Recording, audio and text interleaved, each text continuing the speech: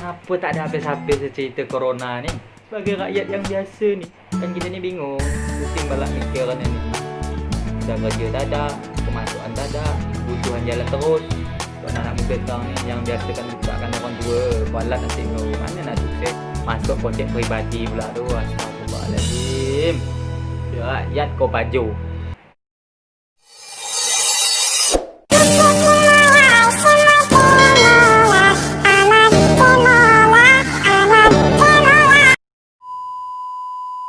Assalamualaikum warahmatullahi wabarakatuh. Alhamdulillah.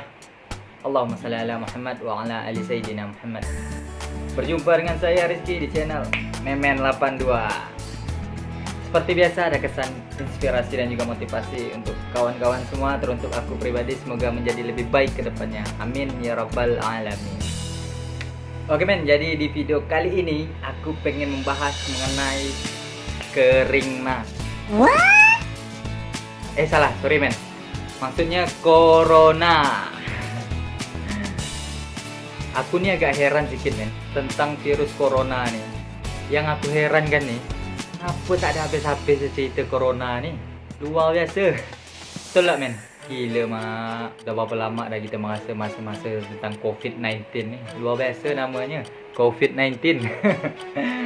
Tak siapa yang kasih nama gelar COVID-19 tu. Keren pula jadi nama tu, kayak gimana ya? Ya, kita menghadiri acara ulang tahun 17, birthday 17. Ini COVID-19, tapi yang ada bikin melarat. Aku pengen nak cerita sikit men, yang berkenaan dengan corona ni, COVID-19. Bila negara sana men, kota sana aja. Jauh lah pokok. Ini aku nak bercerita tentang negara ni. Kenapa men kalau aku bahas tentang negara, nanti aku kena pasal undang-undang pula. Siapa yang nak tanggung jawab? Sedangkan aku ni cuma orang biasa. Yang ada aku melengkap di penjara gini lah. Maklumlah, negara tu agak sensitif men. Dikasih kritik atau saran yang membangun pun, yang membuat gimana ya, ibarat kata ni saran atau motivasi agar menjadi lebih baik, pasti tetap dibilang radikal, tidak cinta negara, terorisme. Bahkan bisa kita lihat men, ulama-ulama besar kita yakni yang menegakkan kebenaran, yang menyuarakan kebenaran, dan yang menunjukkan hak itu hak dan batil itu batil, tetap dibilang radikal, terorisme. Apa lagi aku ni yang cuma orang biasa. Pastilah terungkap dalam penjara. Bayangkanlah ulama besar kita ni yang menyuarakan kebenaran ya, dibilang provokasi, mengadu domba masyarakat. Apalah, manalah negara nak maju dan ini. Tak mau nerima kritik. Dengan kata lain, harus sejalan dengan dia walaupun itu salah. Aku bahas tentang yang sana. Bukan bahaya men, kau bahas sedikit tentang nyinggung ni. Itu tadi aku bilang tu, sekali lagi aku bilang, ulama-ulama besar itu ni dibilang memprovokasi, memprovokator pertentangan dengan pemerintah. Padahal bukan, cuma menunjukkan, ngasih saran bahwa kebenaran tu harus ditegakkan. Itulah maksudnya. Cuman dia salah tanggap. Astagfirullahaladzim. Na'udzubillah dzalik. Jadi men, sekali lagi aku tekankan ya, aku bercerita tentang negara sana tau. Jauh. Bercerita tentang kota sana tau. Jauh. Daerah sana tau. Kampung sana tau.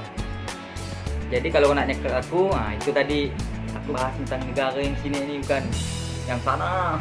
Jauh. Cuman kalau memang apa ya, dalam peribahasa merasa, mak mau kata lah.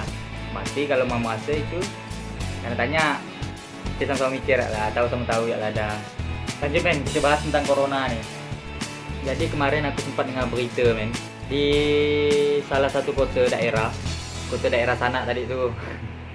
Sebelumnya dia mendapatkan berita gembira men, karena udah termasuk zona hijau lepas dari COVID-19. Walah keren bahasa tu, COVID-19. Tapi men, baru gak masuk zona hijau, tiba-tiba belum lama, selang dengan jalannya beberapa hari, dah kena zona merah gitu dah.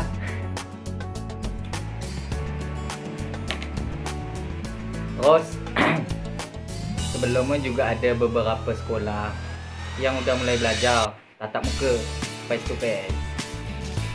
Tapi itu juga men, tak berlangsung lama.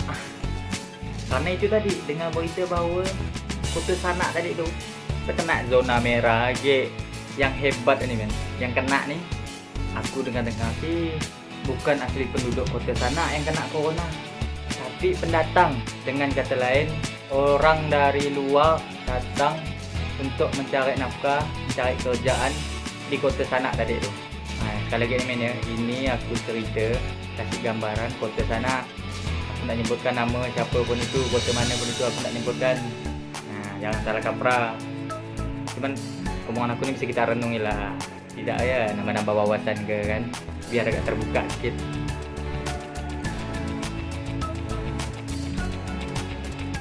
Nah, yang pengen aku tanya ni men, dan yang buat aku ni penasaran di hati aku ni bertanya-tanya. Ya, aku tidak mempermasalahkan orang yang kena tu, tapi yang aku permasalahkan ni, apa orang ni terlalu gempar-gempur tentang COVID-19 ni, khususnya pemerintah sana hambar dia terhadap orang yang kena COVID-19 tadi tu.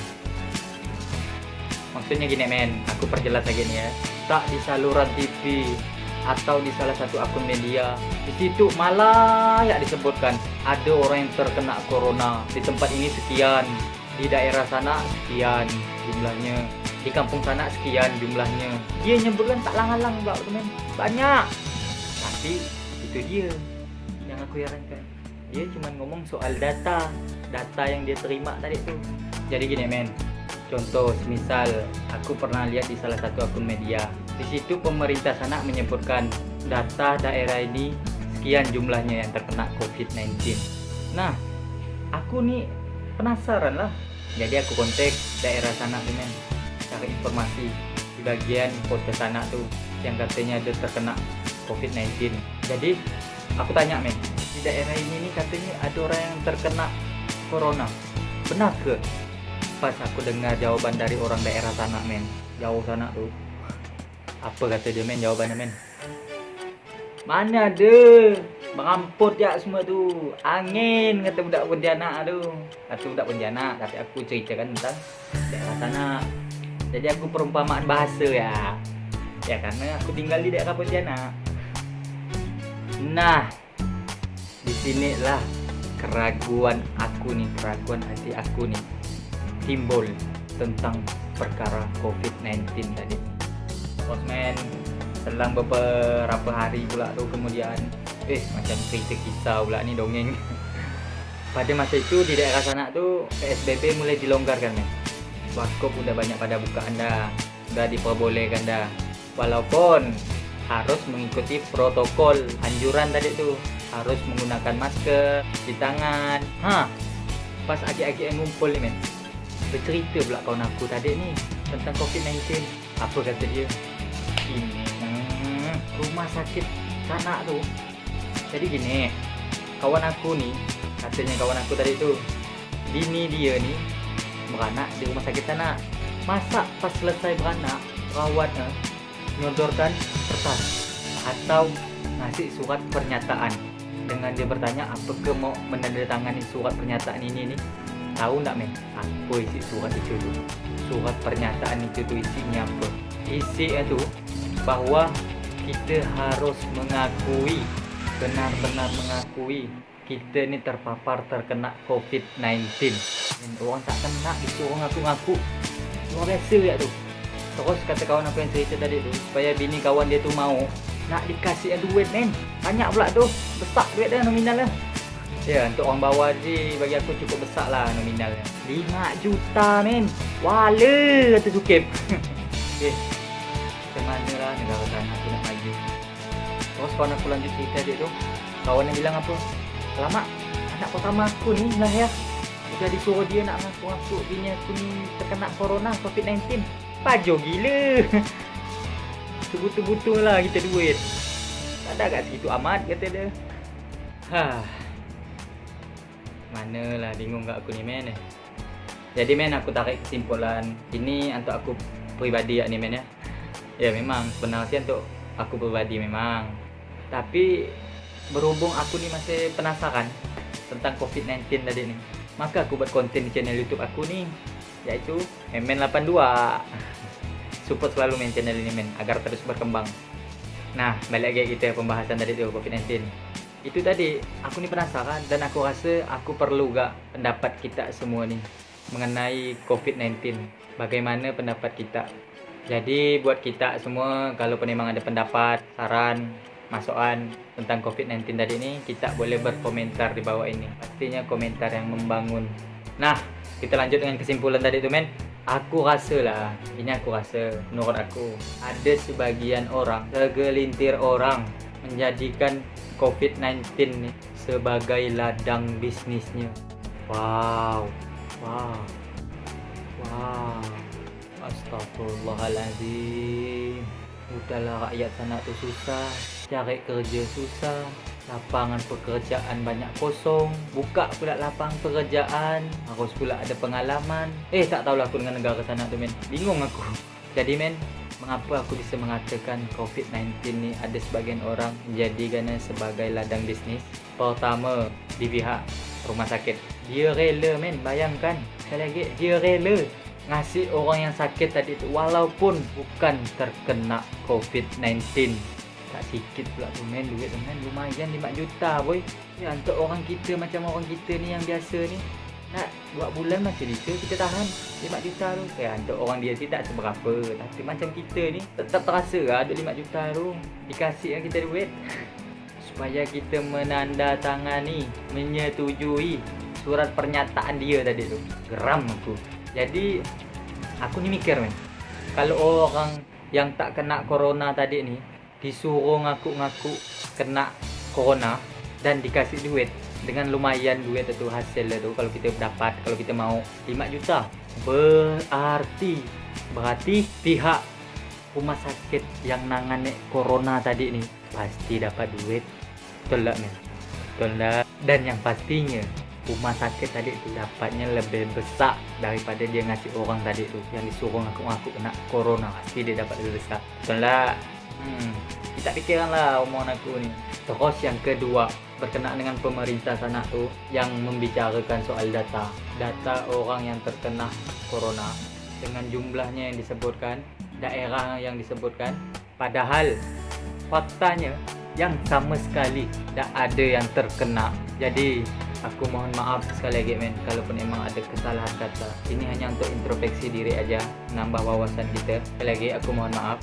Apakah ini juga termasuk bagian dari ladang bisnis?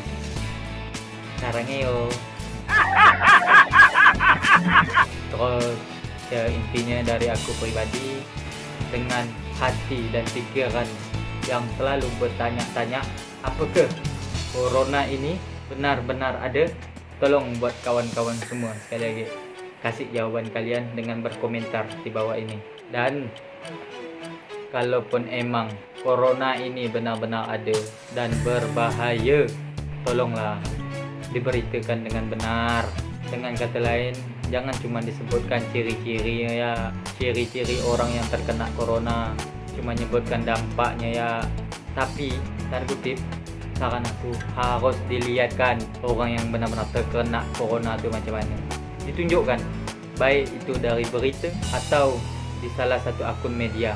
Inilah dia orang yang terkena corona nih, macam gini. Ini ndak ada, tiba-tiba diberitakan jumlah orang yang terkena corona sekian, error kota kampung sana tu yang terkena corona sekian. Kan kita sebagai rakyat yang biasa ni kebingungan. Dan itu jugalah yang menurut aku, ya mungkin sebagian masyarakat tak percaya dengan adanya COVID-19.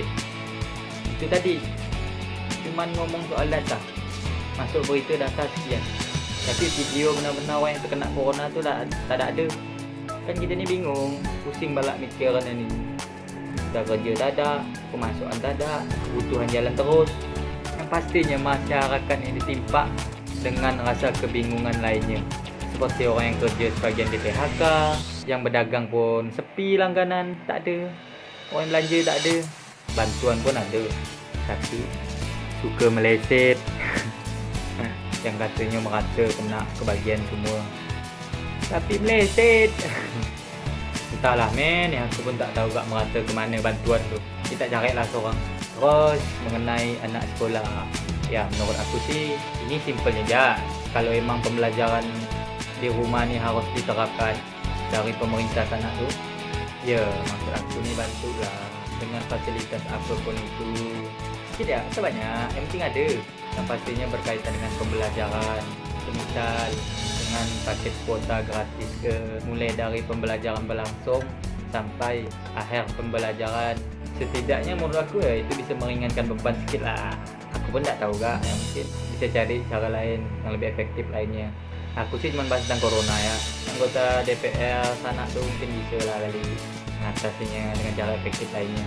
Karena dengan kata lain nih, selama pembelajaran online ini berlangsung atau belajar di rumah ini berlangsung, orang tua mulai bertambah kesibukannya. Mulai dari udah nyiapkan makanan, berkemas. Padahal jam pagi itu serempak, cuci segala macam lah. Ditambah lagi duduk bersela dengan anak-anak ni. Harus mantau anak ni belajar online tadi tu. Terus saya nak cerita dengan anak SMA ni. Malah ya sibuk minta isian kuota selaras dengan mak bapak. Malah tu sibuk habis-habis terus kuota. Dibilang lah dengan mak bapak tu habis kuota kerana belajar online. Padahal merapot semua tu angin ya. Untuk anak muda sekarang ni jangan biasakan butakkan orang tua. Kualat nanti kau mana nak sukses. Di awal dia dah butakkan orang tua dah. Jadi untuk pemerintah mungkin bisa mempertimbangkan lagi. Itu tadi untuk pemerintah sana, bukan pemerintah sini. Ini bagus. Bisa lah kali mempertimbangkan lagi ni. Cari solusinya bagaimana caranya pembelajaran peserta didik ni bisa lebih efektif. Nah, ini kita ngomong soal berandai-andai ni men ya. Ini kita berandai-andai ni men. Seandainya seumpama andai kata misalkan aku ni menjabat di pemerintahan atau menjabat sebagai kepemimpinan di suatu negara atau di suatu provinsi atau di suatu kota atau di suatu daerah. Ya. Gila banyak Jadi kalau aku menjabat tadi ni, serahlah menjabat sebagai apa pun di pemerintahan tu. Jadi kalau aku disuruh bahas tentang corona tadi ni, berita berkenaan dengan COVID-19 ni, tak ada aku gempar-gemporan men, asli. Tak ada aku gempar-gemporan. Tidak aku hebohkan. Kita mau tahu ya apa yang aku lakukan. Ini ya mungkin pemikiran kecil aku ya, yang ada selintas di pikiran aku ni. Jelas tak? Mau tahu men, apa yang aku lakukan? Pertama, aku cari ahli kesehatan, terus ahli profesor lainnya tu. Tapi harus dari asal negara sendiri. Kenapa men?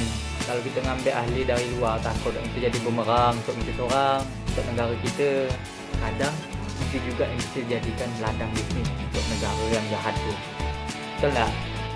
Terus, kalaupun memang ada dari salah satu pihak rumah sakit mengatakan bahawa ada orang yang terkena corona, langsung aku tanggap aku turun tangan langsung tu orang. Gila bahaya ni kan? Betul tak? Asli, kerana itu tadi di awal kan kita dah dapat berita bahawa COVID-19 ni bahaya. Jadi mau tak mau kepemimpinan tu harus turun tangan dulu pertama, ngecek situasi benar ke enggak ni. Dengan itu tadi manggil ahli-ahli atau pakar-pakar yang bisa membahas, mengecek situasi keadaan tentang COVID-19 ni. Betul tak berita tu bahawa benar-benar bahaya? Aku bertanya, apakah benar COVID-19 ni bahaya? Apakah benar corona ni benar-benar bahaya? Seberapa bahaya corona ni? Sekuat mana dampak COVID-19 ni? Kalaupun memang kuat, memang benar-benar ada nyatanya, aku ni sebagai pemimpin tadi tu nengok benar-benar ada nyatanya orang yang terkena, langsung men, tak fikir panjang lagi dah, langsung aku beritakan, langsung aku videokan bahawa memang benar-benar corona ni bahaya.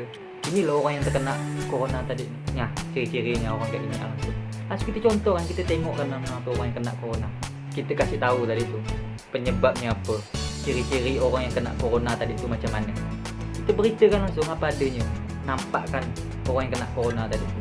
Ya setidaknya dengan aku usaha macam itu, pastilah orang bisa berfikir, oh iya benar corona ni bahaya. Mau wanti-wanti kita ni, mau jaga jarak. Nah, betul tak?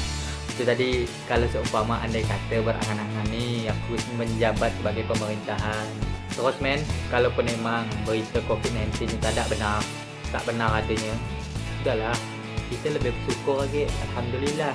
Jangan pula melenceng itu tadi dijadikan sebagai ladang bisnis, masuk projek pribadi pula tuh. Astagfirullahaladzim, jangan kau paju.